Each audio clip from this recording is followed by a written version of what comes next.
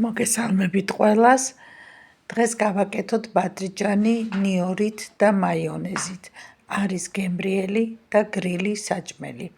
ეხლა დავიწყოთ, ჩემო ძვირფასებო. პირველ რიგში რაც თავარია, ავიღე 3 ცალი ბადრიჯანი, დავჭერი აი ესე წვრილ ნაჭრებად, მოგრძო ნაჭრებად, თქვენ როგორც მოგესურვებათ, ისე არ არის პრობლემა და მოაყარეთ მარილი, რომ ბადრიჯანს გამოვიდეს თავისი სიმწარე.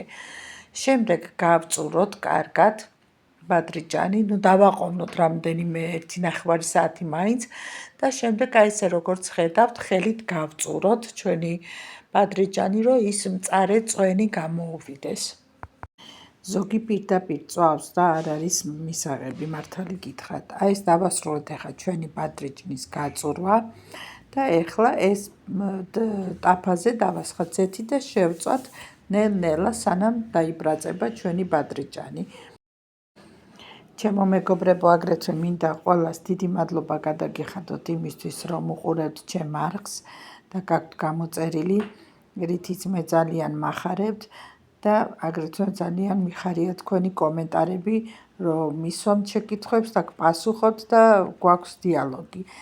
აი ესე ჩვენი ბადრიჯანი იბრაწება, როგორც ხედავთ, აქ უკვე მზად არის.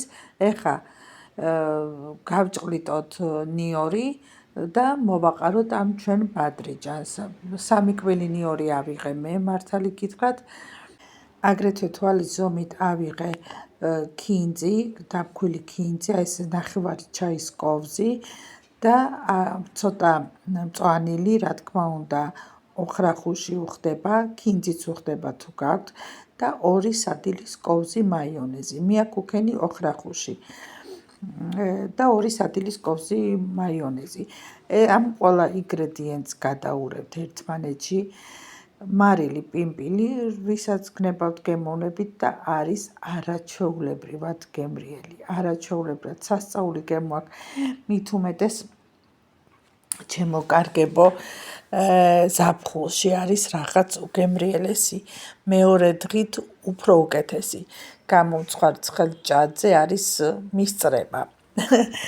გააკეთეთ ჩემო ძვირფასებო და თქვენ თვითონ დარწმუნდებით, თუ როგორი გემრიელი. აგრეთვე ვისაც მაიონეზი არ უყვარს, შეგიძლიათ უკრათ მაწონი. ეხლა მე კიდე მომავალ გემრიელ ვიდეომდე გემშვიდობებით, გოცნით ყველას და კიდევ დიდი მადლობა, რომ ხართ ჩემთან ერთად და თვალყურს ადევნებთ ჩემ არხს.